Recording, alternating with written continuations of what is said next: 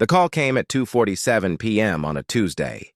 I was in the middle of consulting with an elderly patient about her insulin dosage when my phone vibrated against the pharmacy counter. My daughter's school. My stomach dropped before I even saw the name on the screen. Emma never called during school hours.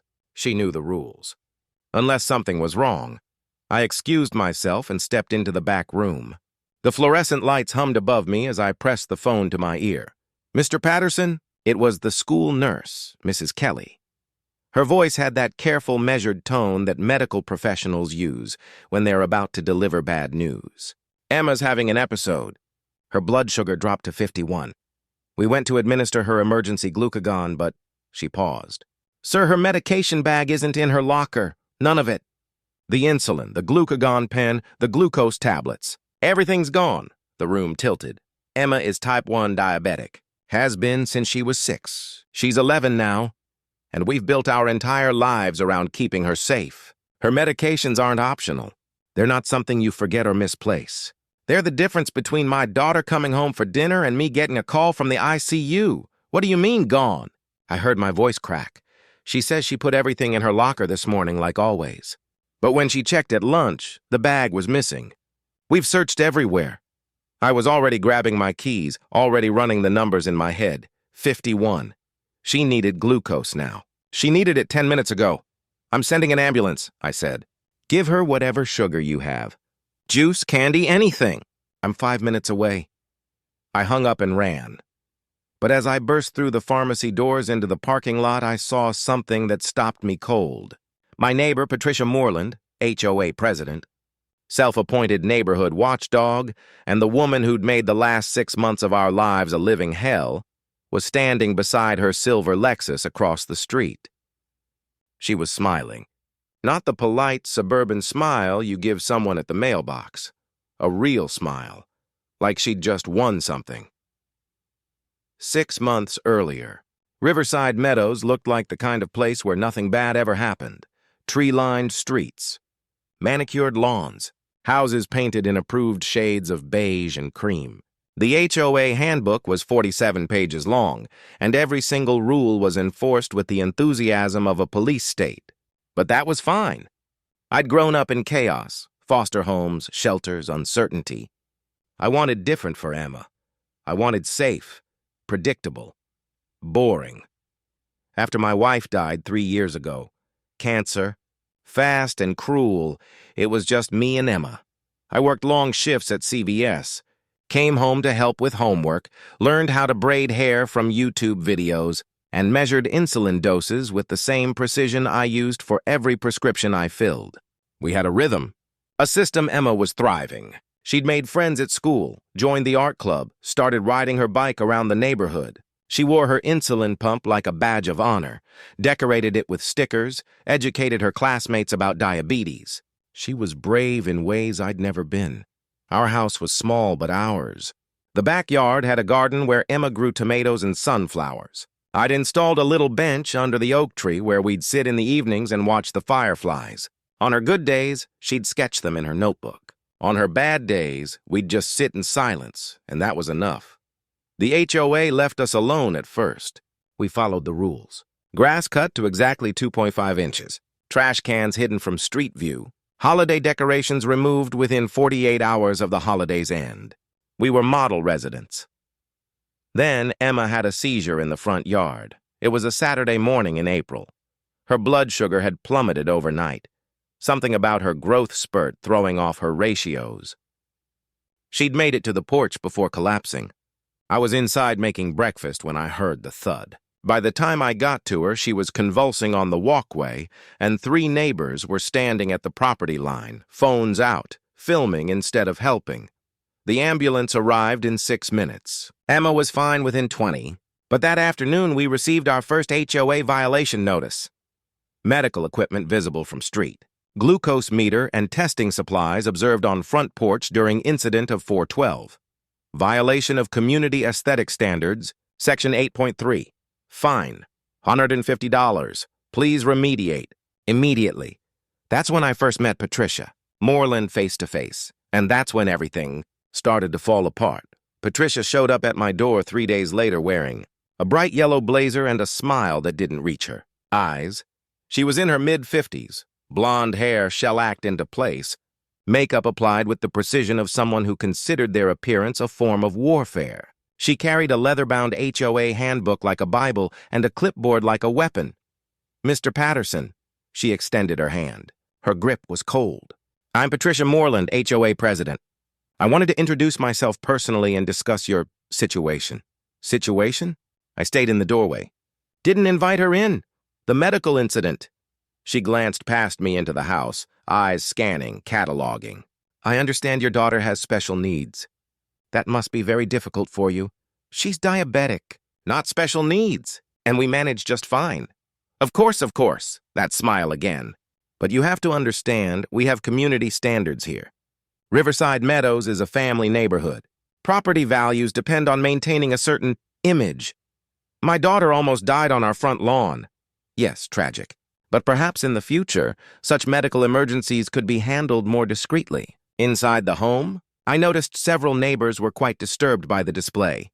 Display. She called my daughter's medical emergency a display. "Is there something specific you need, Mrs. Moreland?" She handed me a packet of papers.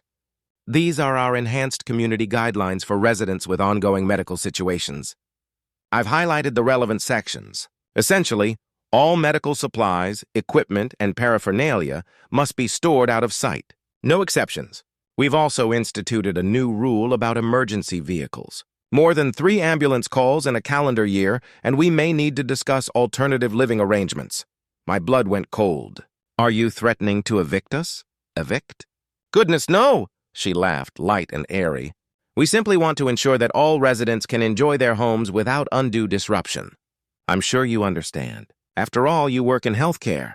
You know how important it is to follow protocols." She turned to leave, then paused at the edge of the porch.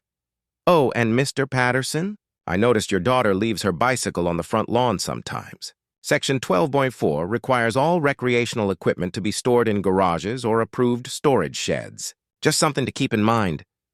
She walked away, heels clicking on the sidewalk, leaving me standing there with a packet of papers that might as well have been a declaration of war. Emma appeared beside me, her insulin pump visible under her t-shirt. "I don't like her, Dad." "Me neither." "Sweetheart, but I had no idea how much worse it was going to get." The violations started coming weekly. Trash can visible from street at 7:03 a.m. on pickup day. $100 fine garden hose not properly coiled. $75 fine window blinds open after 10 p.m. interior lighting visible from street. $125 fine daughter's medical alert bracelet reflects sunlight, creating visual disturbance. $200 fine. That last one arrived on a Monday morning, and I genuinely thought it was a joke. But when I called the HOA management company, they confirmed it was legitimate. Patricia had submitted photographic evidence, a zoomed-in picture of Emma's medical ID bracelet catching the sun as she walked to the bus stop. "You can't be serious." I told the property manager. The rules apply to everyone. "Mr. Patterson, perhaps your daughter could wear the bracelet under her sleeve?" "It's a medical alert bracelet. It needs to be visible in case of emergency. Then I'd suggest you file an appeal with the HOA board. Though I should mention, Mrs. Moreland is the board. All 5 seats. She won the election unanimously last year. Of course she did. The fines were bleeding us dry. Between Emma's medications, insulin alone cost $800 a month even with insurance, and the mounting HOA penalties, I was drowning. I picked up extra shifts, worked doubles, came home exhausted to find new violation notices taped to our door. But worse than the money was what it was doing to Emma. She stopped riding her bike, stopped playing in the yard, started asking if we could move somewhere else, somewhere she wouldn't be a problem. She was 11 years old and apologizing for existing. At school, things got worse. Emma's best friend, Sophie, suddenly stopped talking to her.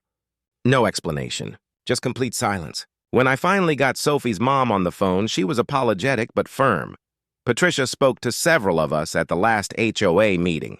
She said Emma's medical condition might be contagious, that our children could be at risk. I know it's not true, but you understand.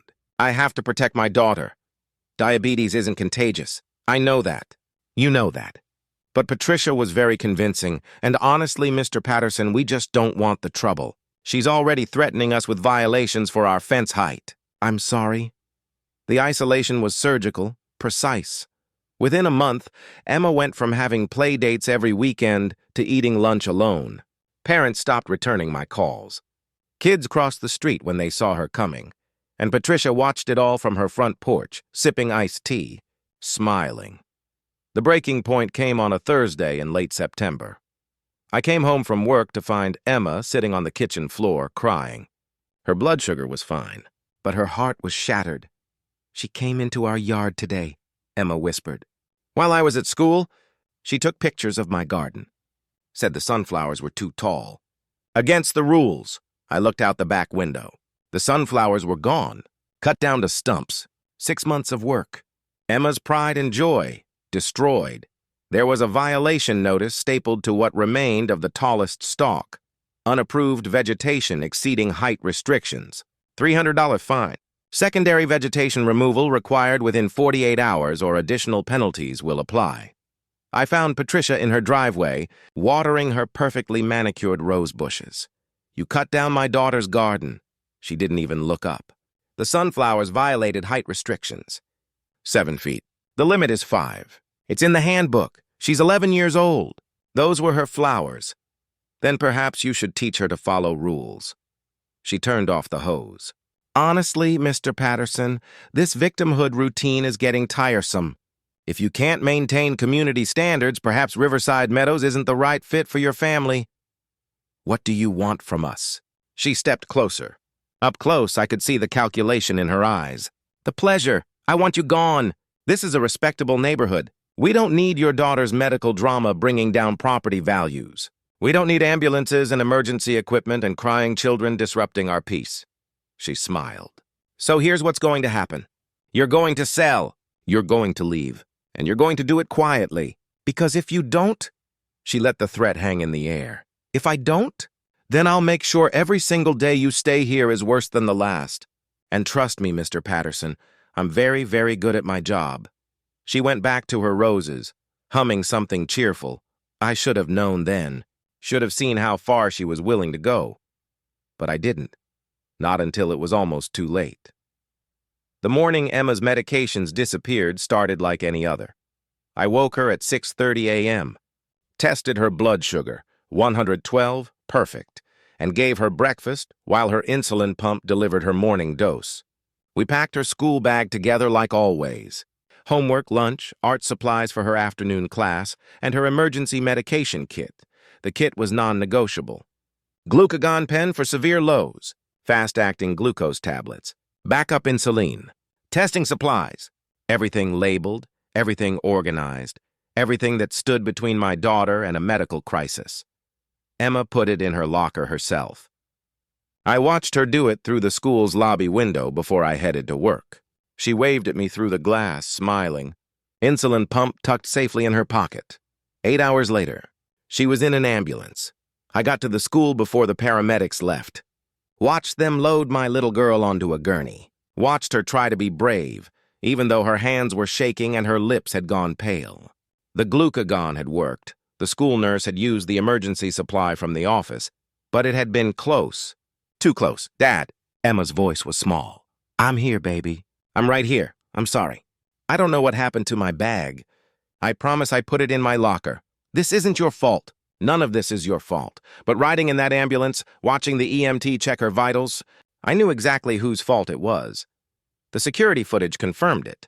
I went back to the school at 8 p.m., after Emma was stable and sleeping in her hospital bed, and I sat in the principal's office with Mr. Davidson while he pulled up the hallway cameras. "I have to warn you," he said quietly. "This is disturbing." The timestamp read 11:47 a.m., lunch period.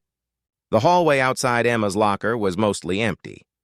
Then Patricia Moreland walked into frame. She was wearing her yellow blazer, carrying her designer purse, walking with the confidence of someone who belonged exactly where she was. She stopped at Emma's locker, 247, the number clearly visible, and pulled out a key. "How did she get a locker key?" I asked. "She's on the school board," Mr. Davidson said, his voice tight. She has access to master keys. For safety inspections. On screen, Patricia opened the locker. She looked around once, casual, unhurried, then reached in and removed Emma's medication bag. The bag was distinctive, bright pink with medical alert symbols all over it. Impossible to mistake for anything else. She held it up to the light, examining it. Then she walked down the hallway, out of frame. "Keep watching," Mr. Davidson said. 2 minutes later, Patricia appeared again. This time outside, visible through the window in the back hallway. She walked to the dumpster behind the cafeteria, and she threw Emma's medication bag into the trash. She didn't hesitate. Didn't look conflicted. Just lifted the lid and tossed in a bag full of medications that cost over $2,000 and, more importantly, kept my daughter alive. Then she brushed off her hands, checked her phone, and walked back to her car. The video ended. I sat in silence, watching my own reflection in the dark monitor. "Mr. Patterson," the principal said carefully, "this is clearly criminal theft, reckless endangerment, possibly attempted—" He stopped. "We need to call the police." "No." My voice sounded strange, distant. "No?" I stood up. "Not yet. First, I need you to send me a copy of that footage. And I need you to not tell anyone we watched this. Not yet. Sir, your daughter almost died." "I know. But if we go to the police now, Patricia will lawyer up, claim it was a misunderstanding, that she thought it was trash, that she was trying to help. She'll make this disappear." I met his eyes. "I'm a pharmacist, Mr. Davidson. I understand evidence. I understand documentation. And I understand that one video isn't enough. What are you planning?" I thought about Emma in that hospital bed. About the sunflowers. About every violation notice, every threat, every deliberate cruelty. "I'm planning to make sure this never happens to anyone else."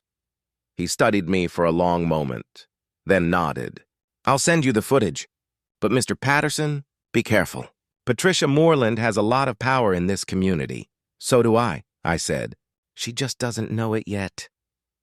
Emma came home from the hospital 2 days later. She was quiet. Too quiet. She'd always been resilient, always bounced back, but something was different this time. She barely touched her dinner, barely spoke, just sat on the couch with her sketchbook, drawing the same image over and over, a sunflower lying on its side. That night, I heard her crying through her bedroom door. I went in and found her sitting on her bed, insulin pump in her hands, staring at it like it was something alien. Something wrong. "I hate this," she whispered. "I hate being sick. I hate that people can just take my stuff, take my medicine. I hate that she hates me and I don't even know why." I sat beside her and pulled her close. She felt so small, so fragile. "You're not sick, Emma. You have a condition. There's a difference."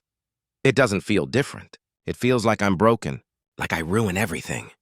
She looked up at me, tears streaming down her face. "Maybe we should move." Like she wants. Maybe then everything would be better. "No." I cupped her face in my hands. "Listen to me. You are not broken. You are not the problem. What she did, what Patricia did, that's not about you. It's about her. Her cruelty. Her choices, but no buts. You're 11 years old and you're one of the bravest people I know. You manage a chronic illness every single day. You do math problems while calculating carbs and insulin ratios in your head. You stick your fingers 10 times a day without complaining.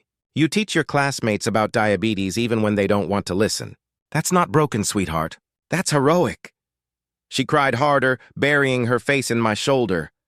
I held her until she fell asleep, then carried her to bed and tucked her in like I'd done every night since she was a baby. Her insulin pump glowed softly in the darkness, keeping her alive while she dreamed. I went downstairs and opened my laptop. The video from the school was saved in my encrypted files. I watched it again, and again, and again, Patricia's face clear as day. The medication bag, unmistakable. The dumpster, the casual cruelty of it all.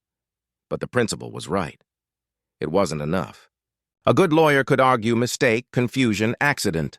Patricia had money, connections, and an entire community that either feared her or worshipped her. I needed more. I needed evidence that showed pattern, intent, malice. I spent the next 3 days going through every violation notice we'd received. 27 in total. I cross-referenced them with HOA bylaws, highlighted inconsistencies, documented every interaction. I reached out to other neighbors who'd been targeted, quietly, carefully. Found 6 families who'd been harassed into leaving the neighborhood over the past 3 years. Every single one had a child with special needs or medical conditions: autism, cerebral palsy, severe allergies, epilepsy. Patricia's pattern was clear: identify vulnerable families, weaponize the HOA rules, make their lives unbearable until they left. But knowing it and proving it were different things. That's when I remembered. I'm a pharmacist. I work with cameras every single day. Prescription drop-off, pickup, consultation, everything recorded for liability and theft prevention. If it worked for the pharmacy, it would work for home. I ordered security cameras that night.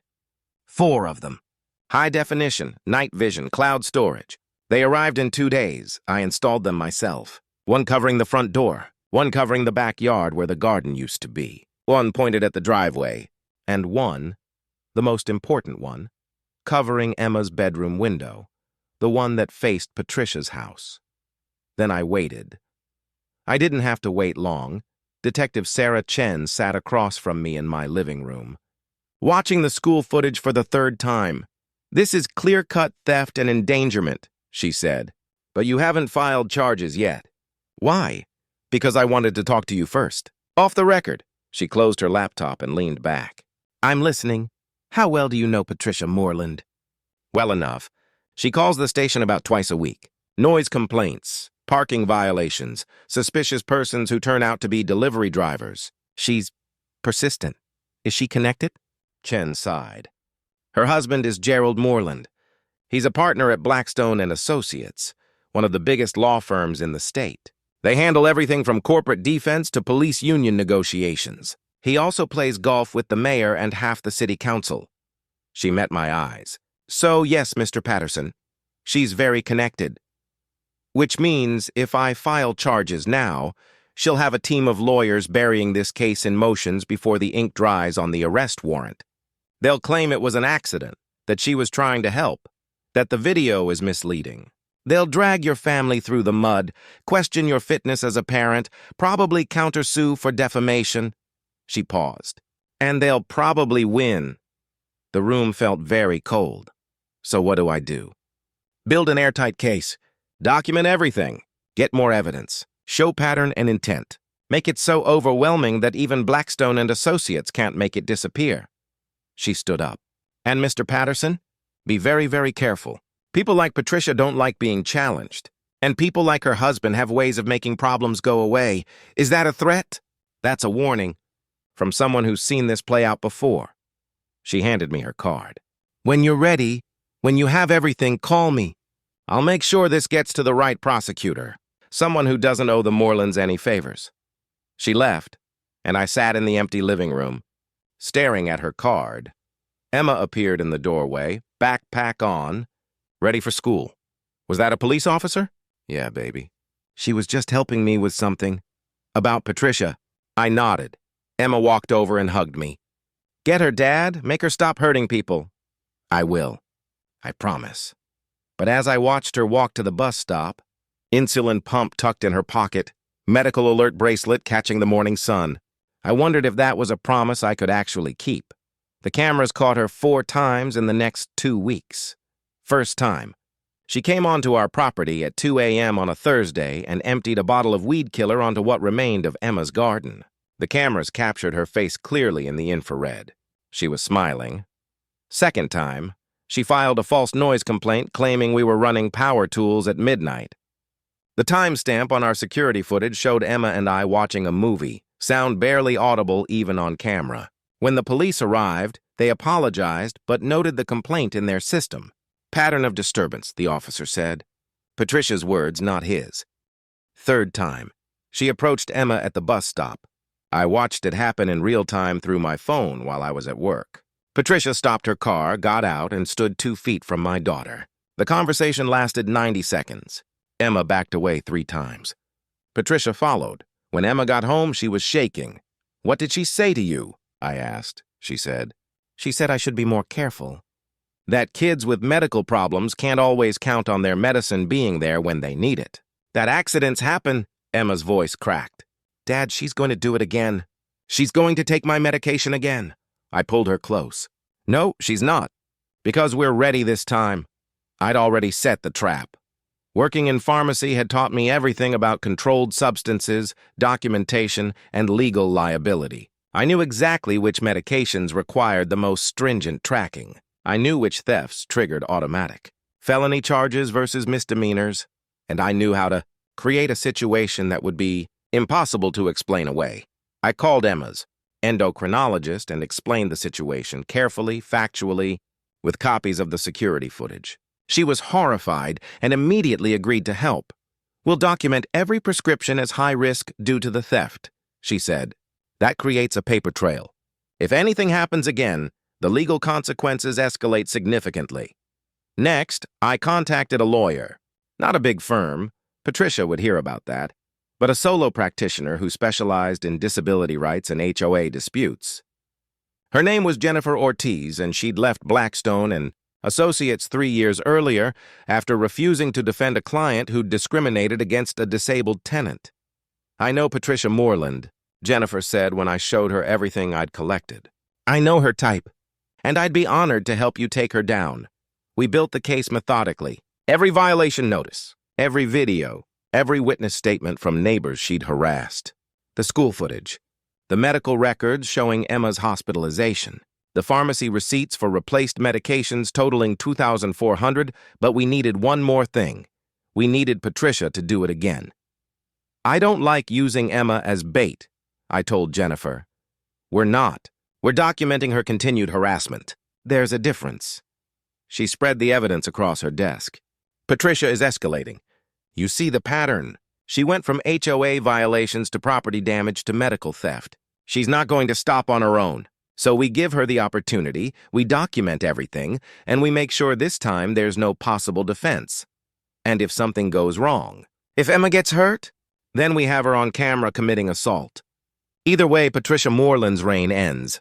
I spent that night installing 2 more cameras, one hidden in Emma's backpack positioned to capture anyone who approached her locker, one in a fake smoke detector in our garage, where I'd started storing backup medical supplies. Then I did something that felt both brilliant and terrible. I let Patricia know where the supplies were. I mentioned it casually to our next-door neighbor, the one who I knew reported everything back to Patricia, that we were keeping emergency medications in the garage now, in a clearly labeled medical cooler, just in case. 3 days later, our garage door was pried open at 3:17 a.m. Patricia Moreland, captured in crystal clear HD, entered our property, located the cooler, and removed every single medication inside. This time, I'd been ready. Every medication in that cooler was marked with a property tracking tag, the kind pharmacies use for high-value controlled substances. Legal, documented, tracked. The camera captured her face, her license plate, the timestamp, everything. I watched it happen from my phone, sitting in my car around the corner, waiting. When she drove away, I followed her. She didn't go home.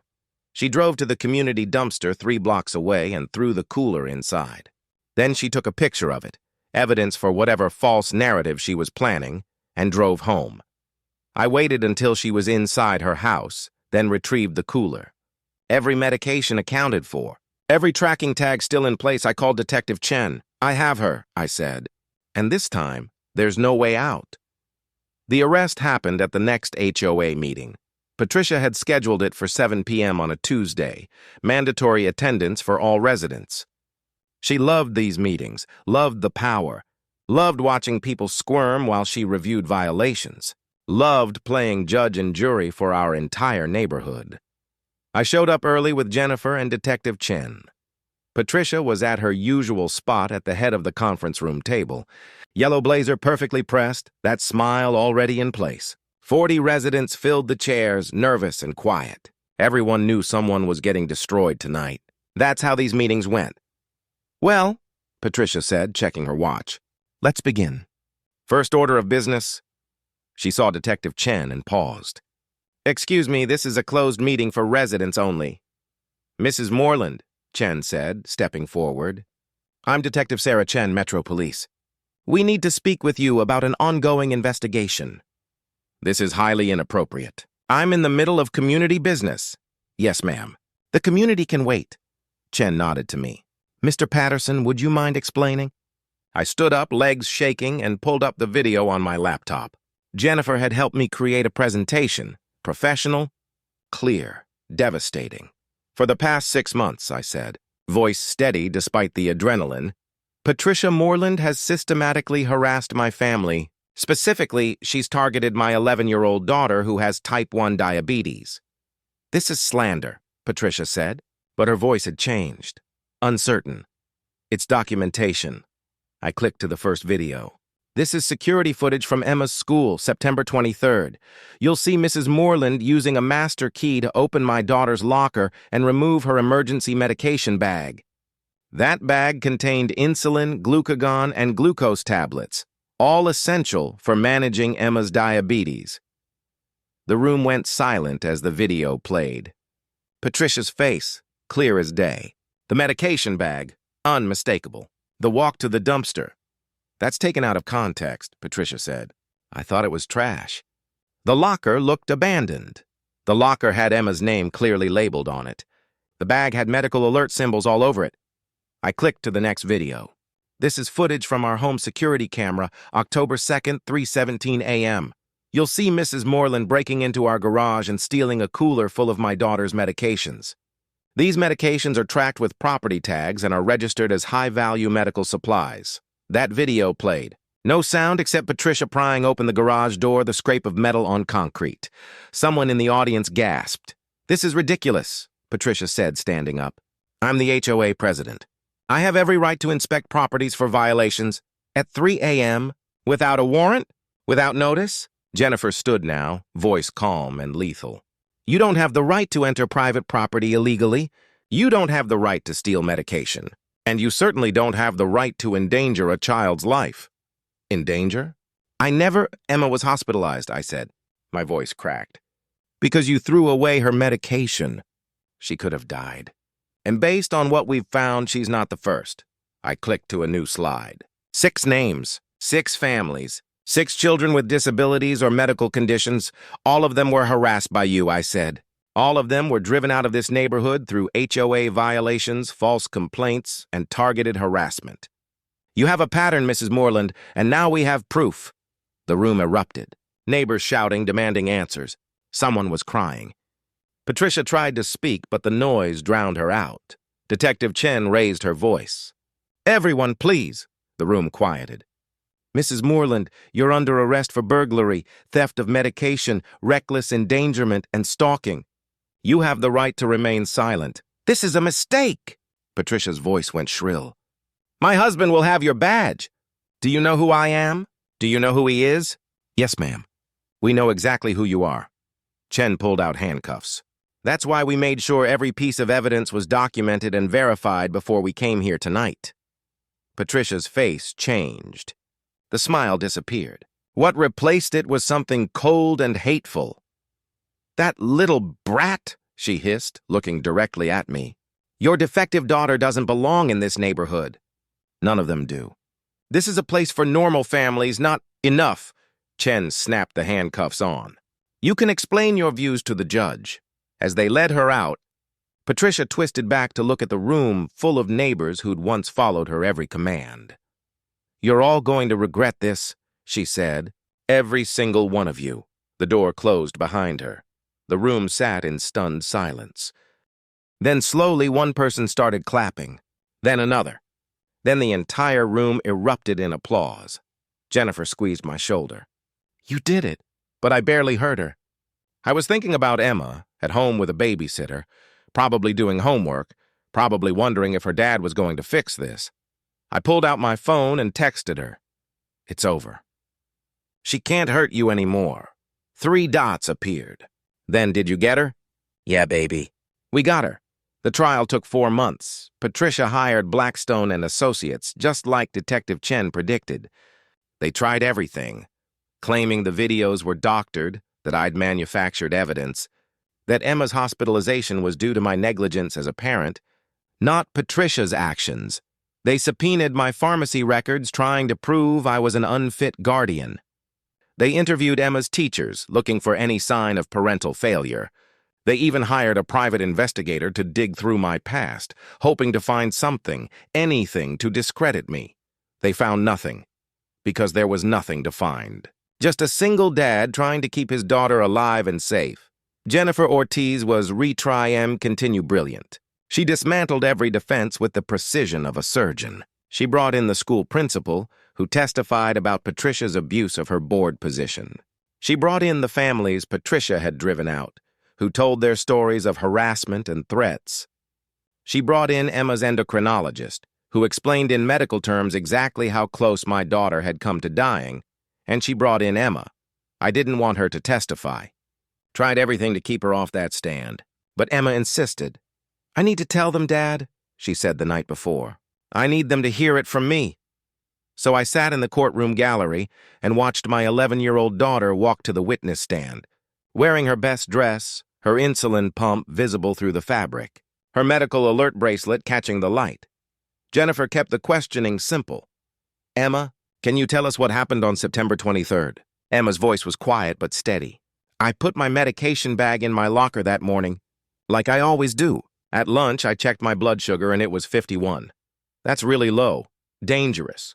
I went to get my emergency glucagon, but my bag was gone." "How did that make you feel?" "Scared." Emma's eyes filled with tears. "I thought I was going to die. I thought I did something wrong, that I forgot my medicine or lost it. I felt like it was my fault." "But it wasn't your fault, was it?" "No, Mrs. Moreland took it. She threw it away." Emma looked directly at Patricia for the first time. "Why did you do that? Why did you hate me so much?" Patricia's lawyer objected, but the damage was done. The jury had seen everything they needed to see, a sick child asking the woman who'd tried to hurt her why. Patricia never answered. Just sat there, stone-faced, while her lawyers whispered frantically. The cross-examination was brutal. Patricia's defense attorney tried to paint Emma as confused, as mistaken about the timeline, as exaggerating her medical needs for sympathy. "Isn't it true that you sometimes forget to check your blood sugar?" he asked. "Sometimes. But I never forget my medicine. That's the difference between a good day and a hospital." "And isn't it possible that you simply misplaced your medication bag?" "I saw the video." "She took it." "I didn't misplace it. She stole it." The attorney tried a different angle. "You must be very angry at Mrs. Moreland." "I'm not angry." Emma's voice was small. "I'm just sad. Sad that she hates kids like me. Sad that she thinks I'm broken. Sad that she made me feel like I shouldn't exist." The courtroom went silent. Even Patricia's attorney had nothing to say to that. The prosecution rested 2 days later. The defense put Patricia on the stand, which was a mistake. Under cross-examination, she unraveled. "You accessed Emma's school locker using your position on the school board," Jennifer said. "Why?" "I was conducting a safety inspection." "At 11:47 a.m. on a Tuesday? During lunch period? Of one specific locker?" "I had received complaints about suspicious items." "From whom?" Silence.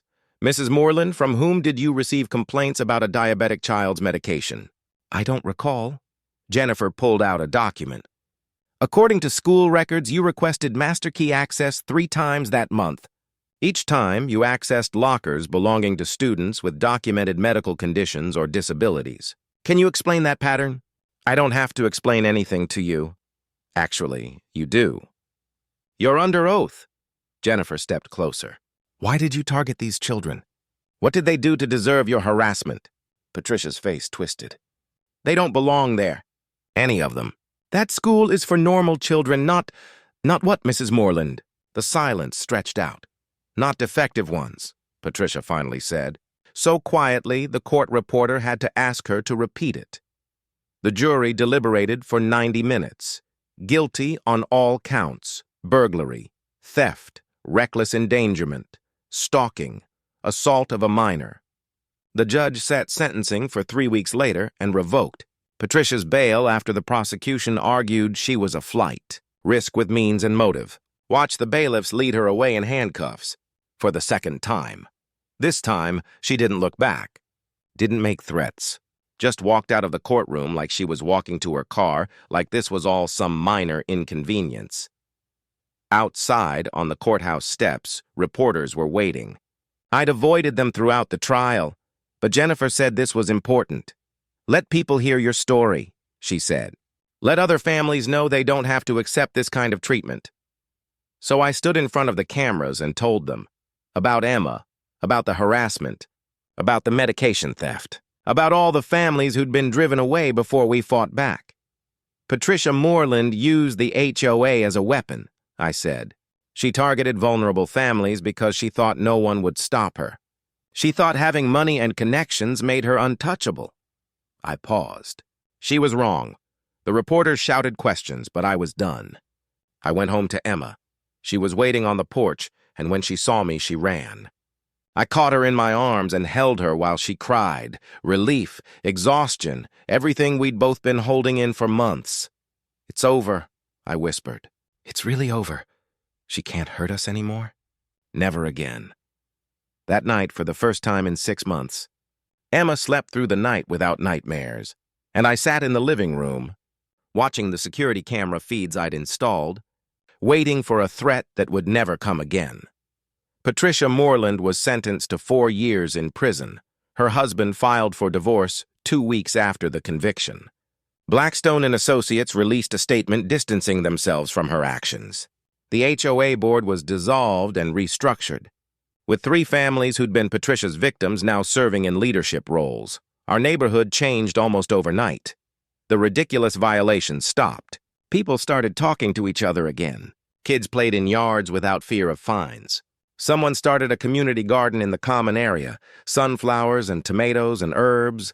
With a bench in the center where families could sit, Emma planted the first sunflower seed herself. For everyone who had to leave, she said, pressing the seed into the soil, so they know it's safe to come back. 3 of the families did come back, sold their new houses and moved back to Riverside Meadows. Their kids joined Emma at the bus stop, trading jokes and snacks and medical devices like it was the most normal thing in the world. Sophie's mom apologized. She brought flowers and tears and a long, rambling explanation about fear and pressure and not knowing what to do. I failed your daughter, she said to me. I failed my daughter by teaching her to abandon her friend. I'm so sorry. Emma forgave her before I could even process the apology. That's who my daughter is. Bigger heart than anyone I've ever known. At work, things shifted too. My boss promoted me to senior pharmacist and gave me a raise. You showed courage, he said. We need more people like you in healthcare. People who fight for their patients. I started teaching a monthly class at the pharmacy about medication security and patient rights. Standing room only every session. Turns out a lot of people had their own Patricia Moreland stories. Doctors who dismissed them, insurance companies that denied claims, employers who discriminated. They needed to know they weren't alone. Emma started speaking at schools about diabetes and disability rights. The first time I watched her stand in front of an auditorium full of kids and talk about her insulin pump, about the theft, about fighting back, I could barely hold it together. Being different doesn't make you less, she told them. It just makes you you. And anyone who can't see that? That's their problem, not yours. Standing ovation. 100 kids on their feet, clapping for my daughter who'd been made to feel broken and defective, now teaching others to be proud. But not everything was perfect. Emma still had nightmares sometimes. Still checked her locker 3 times before leaving school. Still flinched when she saw a silver Lexus on the street. Trauma doesn't disappear just because justice was served. We started therapy, both of us. Dr. Martinez specialized in medical trauma and family recovery. She helped Emma work through the fear, helped me work through the guilt. You protected your daughter, she told me during one session. You documented, you planned, you fought back through legal channels. You did everything right. Then why do I still feel like I failed her? Because you're a parent. You want to shield her from every bad thing in the world. But you can't. All you can do is teach her to be strong, to stand up for herself, to recognize injustice and fight it. She smiled. And you did that? Look at her. I looked. Emma was in the waiting room reading a book about young activists, taking notes in her ever-present sketchbook. "She's extraordinary," I said. "She learned that from you." 6 months after the trial, I took Emma back to the dumpster behind her school. "Why are we here?" she asked. I pulled out the original medication bag, the one Patricia had thrown away, the one I'd retrieved and kept as evidence. "Because this is where she tried to erase you.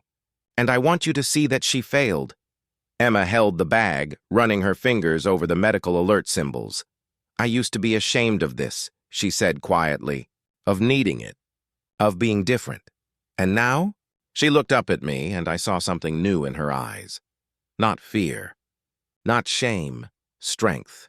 Now I know there are people like her in the world, people who want to make us feel small. But there are more people like you, Dad, people who fight back, people who care. She handed me the bag. "Can we go home now? I want to water the sunflowers." We drove home through streets that felt different now, safer, ours. 2 years later, Emma and I stood in the state capitol building. We were there for the signing of Emma's law, legislation that made it a felony to interfere with anyone's medical devices, medications, or life-sustaining equipment. It also created stricter oversight for HOAs, preventing them from discriminating against residents with disabilities or medical conditions. The governor called Emma up to the podium. "This young woman," he said, gesturing to my daughter, now 13, still wearing her insulin pump, still brave, experienced something no child should ever face. But instead of letting it break her, she turned it into something that will protect thousands of other families. "Emma, would you like to say a few words?" Emma stepped forward. She'd written a speech, practiced it a dozen times. But when she got to the microphone, she folded up her notes and spoke from the heart. "When Mrs. Moreland threw away my medicine, she wasn't just trying to hurt me. She was trying to say that people like me don't matter, that we're too much trouble, that we should just disappear." Her voice was steady. "But we do matter. Every single person, no matter what medical condition they have, no matter what they need to survive, matters. And this law says so." The room erupted in applause. I watched from the side, tears streaming down my face, thinking about that moment in the hospital when Emma asked if maybe we should just move away. Maybe then everything would be better. We didn't move. We fought. And we won. After the ceremony, reporters asked for interviews. Parents approached with their own stories. Disability advocates thanked Emma for her courage. But the moment I'll never forget was when an elderly woman in a wheelchair rolled up to Emma. "Thank you," she said simply. "My grandson has epilepsy. He was denied housing last year because the landlord said his condition was a liability. Because of you, he'll have legal protection now. Because of you, he won't have to be ashamed." Emma knelt down to her level. "He shouldn't be ashamed anyway." "None of us should, I know. But sometimes we need someone to show us that. You did that." That night, Emma and I sat on our back porch, the one we'd almost left behind. The one we'd fought to keep, watching fireflies dance through the garden. The sunflowers were 7 feet tall again. Maybe taller. We'd never measured. Didn't need to. "Dad?" Emma leaned against my shoulder. "Do you think she knows? Mrs. Moreland? Do you think she knows what happened because of what she did? Maybe, but it doesn't matter what she knows. What matters is what everyone else knows now." "What's that?" "That you can't break people by being cruel. You can hurt them. You can scare them. But if they're strong enough, if they have people who love them, they'll stand back up, and they'll be stronger than you ever were." Emma was quiet for a moment. Then, "I want to be a lawyer when I grow up. Like Ms. Ortiz, I want to help other kids fight back." "You'll be amazing at it. You think so?" "I know so." She smiled and went back to sketching in her notebook. I glanced over her shoulder and saw what she was drawing. A sunflower, standing tall, roots deep, facing the sun. 3 months ago, I got a letter from Patricia, forwarded from her prison address. I didn't open it, just showed it to Emma and asked what she wanted me to do with it. She thought for a moment, then said, "Throw it away. She doesn't get to be part of our story anymore." So I did. Because that's the thing about people like Patricia Moreland. They think they can control your narrative, that they can define who you are and what you're worth. But they can't. Not if you don't let them. Our story isn't about her cruelty.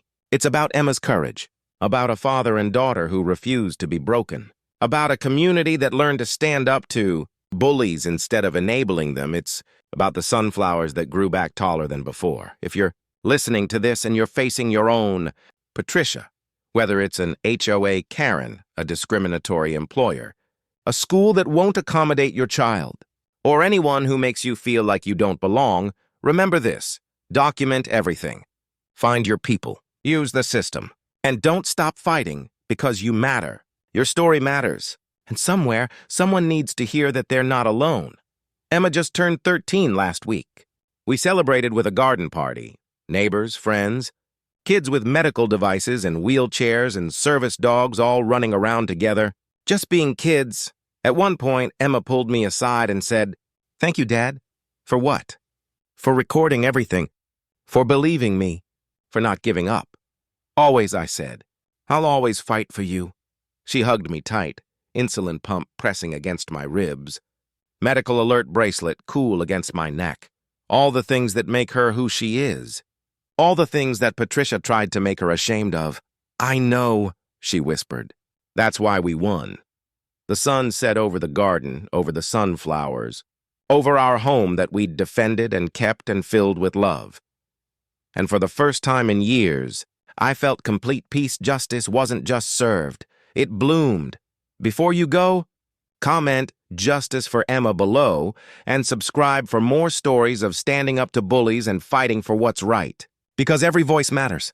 Every story matters. And together we're stronger than anyone who tries to tear us down.